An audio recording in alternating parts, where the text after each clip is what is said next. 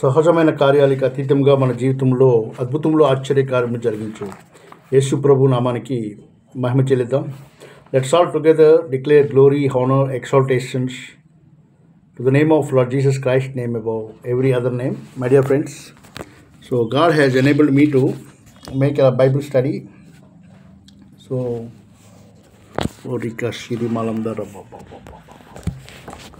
my dear friends, మన జీవితంలో మనము దైనందిన జీవితంలో మనం చేస్తున్నటువంటి ప్రయాణంలో అనేక విషయాలు, అనేక ఆటంకాలు, అనేక రకాలైనటువంటి అవసరతలు, వీటన్నిటితో మనం ప్రెజర్కి గురవుతున్నాం. ఇట్ ఇస్ నో మ్యాటర్ వారు డబ్బున్నవారా, పేదవారా, లేదంటే పదవిలో ఉన్నవారా, అధికారం లేనివారా, ఇలాంటి వాటికి అన్నిటికీ అతీతంగా ప్రతి ఒక్కరు కూడా లాట్స్ ఆఫ్ ప్రెజర్ అనేది క్యారీ చేస్తున్నారు. యేసు ప్రభు వారు మనకి ఒక అద్భుతమైనటువంటి మాట వినిపింపజేశారు. ప్రయాసపడి భారం మోసుకొనిచున్న సమస్త జనులారా, నా యొద్దకు రండి, నేను మీకు విశ్రాంతిని కలుగజేసేదను అని చెప్పి. సో రకరకాలైనటువంటి భారం, కొంతమంది ఫిజికల్ స్ట్రెయిన్ అవుతుంటే కొంతమంది మెంటల్గా స్ట్రెయిన్ అవుతున్నారు. ఇంకొంతమంది అనేక రకాలైనటువంటి పరిస్థితుల్లో కల్పించుకొని ఈ ఫిజికల్ రంగంలో ఆ పరిస్థితి నుంచి బయటికి రాలేక ఒక 5 minutes టైం కూడా లేని పరిస్థితుల్లో కొట్టుమిట్లాడుతున్నారు. అయితే యేసు ప్రభు వారు మనకి ఇచ్చినటువంటి ఇన్స్ట్రక్షన్ ఏం చెప్పినారంటే, ఏమి తిందుమో ఏమి త్రాగుదమో అని చెప్పి మీరు విచారించక దేవుని రాజ్యమును, ఆయన నీతిని మీరు ముందు వెతకండి, అప్పుడు అవన్నీ మీకు అనుగ్రహించబడును అని తెలియపరిచారు. సో ప్రభు వారు తెలియపరిచిన మాట ఏంటంటే, దేవుని రాజ్యమును, నీతిని మీరు ముందు వెతకండి. మనం దేవుని రాజ్యాన్ని, నీతిని వెతికినట్లయితే అప్పుడు అవన్నీ కూడా మనకి అనుగ్రహించబడును అని తెలియపరిచింది. సో ఏదైనా అనుగ్రహించబడినప్పుడు దాన్ని మనం ఎంజాయ్ చేయాలంటే దేవుని కృప ఉండాలి. దేవుని యొక్క అప్రూవల్ లేకుండా, దేవుని కృప లేకుండా మనకి ఏదైనా అనుగ్రహించబడింది అని మనం అనుకున్నా అది కేవలం భ్రమ మాత్రమే. ఎందుకంటే అనుగ్రహించబడింది మనం ప్రాపర్గా హ్యాండిల్ చేయాలన్నా God's capability and God's grace అనేది మన చుట్టూ ఆవరించినప్పుడు మాత్రమే ఆ దేవుని యొక్క కృప ద్వారా మనం ముందుకు వెళ్ళగలం. ఎంత గొప్పవారైనా, ఎంత సామాన్యులైనా, మామూలు వాళ్ళైనా సరే. అయితే ప్రభువారు తెలియపరిచింది, దేవుని రాజ్యమును, నీతిని మీరు ముందు వెతకండి అని చెప్పారు. రాజ్యమును, నీతిని వెతకడం అంటే ఏమిటి? సో దేవుని రాజ్యమును వెతకడం అనేది భూమి మీద ఉన్నటువంటి భూరాజ్యాలను వెతికినటువంటిది కాదు. ఫిజికల్ రంగంలో, ఈ భౌతిక ప్రపంచంలో దేవుని రాజ్యాన్ని మనం వెతకలేము. దేవుని రాజ్యం అంటే కొంతమంది అనుకుంటారు యెరూషలేం వెళ్ళడం, అక్కడ యెరూషలేంలో యేసు ప్రభు వారు సంచరించిన స్థలంలో మనం కూడా సంచరించడం అని అనుకుంటారు. అలా అనుకుంటే మీరు చాలా పొరపడుతున్నారు. సో అలా మనం ఒక దేశానికో, ప్రదేశానికో, ఇజ్రాయెల్ పట్టణం, యెరూషలేం పట్టణంకి వెళ్ళో, లేదంటే హైదరాబాద్ వెళ్తే, టెక్సాస్ వెళ్తే అక్కడ దేవుని రాజ్యం ఉంటుంది అనేది కాదు. ఫిజికల్ రంగంలో ఉండేది కాదు అది. సో దేవుని రాజ్యం వెతకడం అంటే it's not going to Jerusalem, it's not going to Palestine. దేవుని రాజ్యంని మనం మన యొక్క స్టేట్ ఆఫ్ మైండ్తో వెతకగలం. ఈ భౌతిక ప్రపంచానికి అతీతంగా మన శారీరకమైన కళ్ళతో కాకుండా ఆత్మీయ మనోనేతలతో మన యొక్క ఆత్మస్థితి ఏ విధంగా ఉంది, మన యొక్క ఆత్మస్థితిని గమనించినప్పుడు అప్పుడున్నటువంటి గత్యంతరంతో ఉన్నటువంటి ఆత్మస్థితి దేవుని రాజ్యానికి అది ఎలిజిబుల్ ఆర్ నాట్ అనేది మనమే చెక్ చేసుకుంటే అర్థమవుతుంది. దానికోసం మనకి దైవ సంబంధమైనటువంటి జ్ఞానం కావాలి. ఎప్పుడైతే మన యొక్క మనస్సు, మన యొక్క హృదయం ఇవన్నీ కూడా ఈ లోక సంబంధమైన జ్ఞానంతో నింపబడి ఉంటుందో అప్పుడు అది దేవుని రాజ్యానికి, దేవుని యొక్క జ్ఞానానికి విరోధమైనది. కనుక మనం దేవుని రాజ్యాన్ని వెతకలేము. దేవుని రాజ్యాన్ని వెతకడం అంటే మనలో కొన్ని లేకుండా ఉన్నాయో లేవో చూసుకోవాలి, మనలో కొన్ని ఉన్నాయో లేవో కూడా చూసుకోవాలి. కొన్ని మనలో ఉన్నప్పుడు మనం దేవుని రాజ్యాన్ని వెతకలేము. అవేంటి ఈరోజు బైబిల్ స్టడీస్లో మనం తెలుసుకుందాం. యాకోబుకు రాసినటువంటి పత్రికలో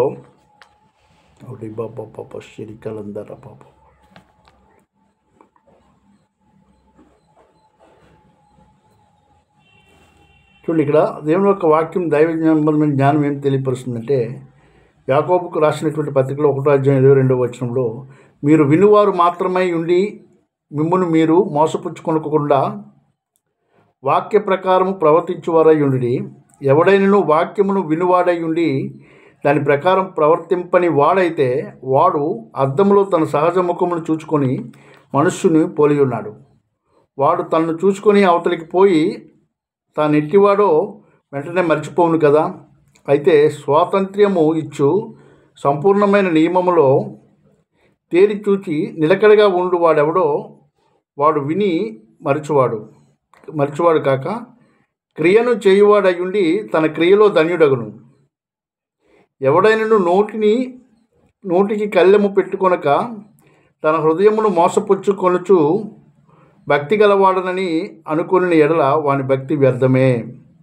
తండ్రి అయిన దేవుని ఎదుట పవిత్రమును నిష్కలంకమునైన భక్తి ఏదనగా దిక్కులేని పిల్లలను విధవరాండ్రను వారి ఇబ్బందుల్లో పరామర్శించుటయు ఇహలోక మాన్యము తనకు అంటకుండా తను కాపాడుకుంటే. నా సహోదరులారా, మహిమాస్వరూపియగు మన దేవుడు మన ప్రభు అయిన యేసుక్రీస్తును గూర్చిన విశ్వాస విషయంలో మొహమాటము గలవారై ఉండకుడి.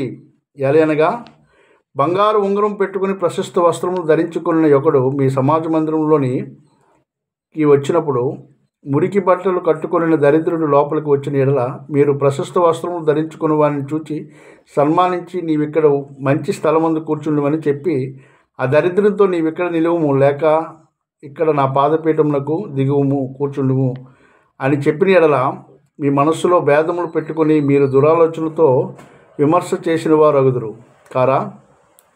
నా ప్రియ సహోదరులారా, ఆలకించుడి.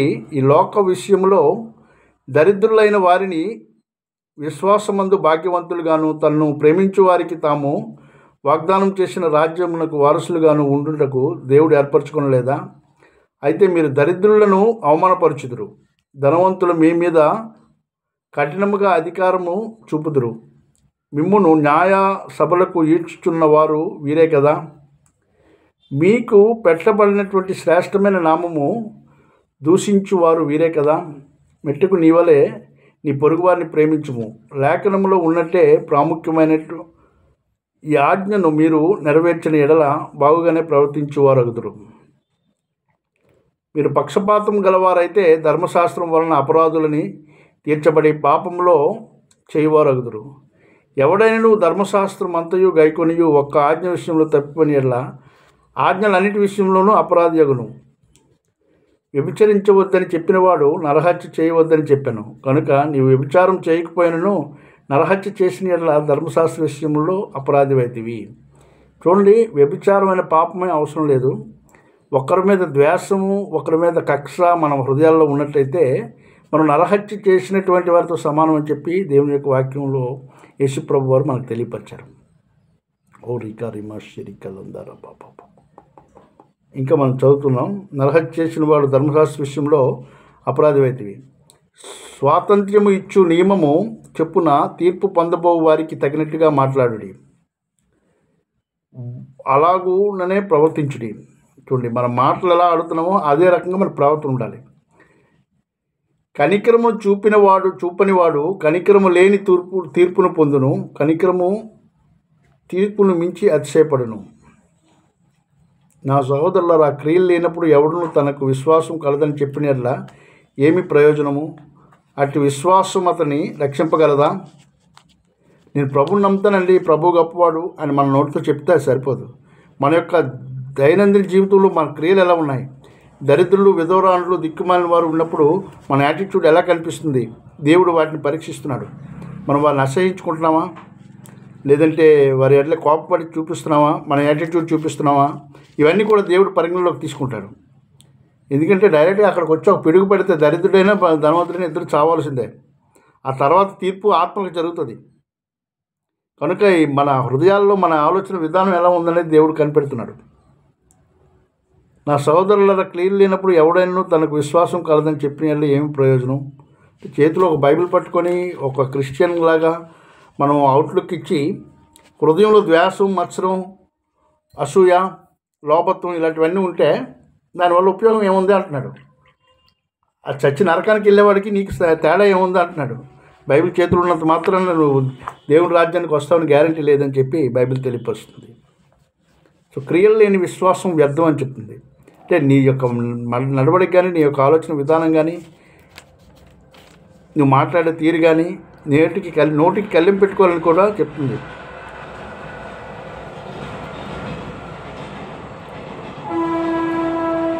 తన క్రియల్లో తనడు ఎవడైనా తన నోటికి కళ్ళెం పెట్టుకొనక తన హృదయమును మోసపుచ్చుకొనుచు భక్తి గలవాడిని కనుక్కొని ఎడల వాని భక్తి వ్యర్థమే.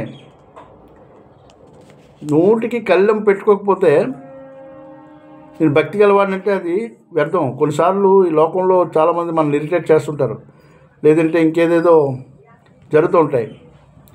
మనకు సంబంధం లేని విషయాల్లో కూడా పాలిటిక్స్లో లేదంటే సినిమాల్లో కానీ ఇంకేదో అభిమాన సంఘాలని రకరకాలు పెట్టుకొని కొన్నిసార్లు నోటిని దుర్వినియోగపరిచేటటువంటి వాళ్ళు చాలామంది మనలో ఉన్నారు. నేను కూడా కొన్నిసార్లు అలా తప్పివచ్చు నా యొక్క మాటలను బట్టి. అయితే మనం ఆ రీతిగా మన నోటికి కళ్ళెం పెట్టుకోలేనట్లయితే మనం భక్తులు అని చెప్పుకున్నా దానివల్ల దానికి దేవుడికి ఇచ్చే గొప్పతనం కానీ దేవుడు సంతోషపరచబడేది ఏమి ఉండదు.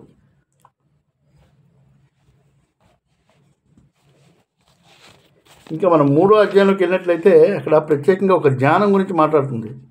3వ అధ్యాయం 13వ వచనంలో మీలో జ్ఞాన వివేకములు గలవాడెవడు, వాడు జ్ఞానంతో కూడిన సాత్వికం గలవాడై తన యోగ్య ప్రవర్తన వలన తన క్రియలను కనపరచవలెను. అయితే మీ హృదయములలో సహింపవలనివి కానీ మత్సరమును వివాదమును ఉంచుకొనిన వారైతే అతిశయపడవద్దు.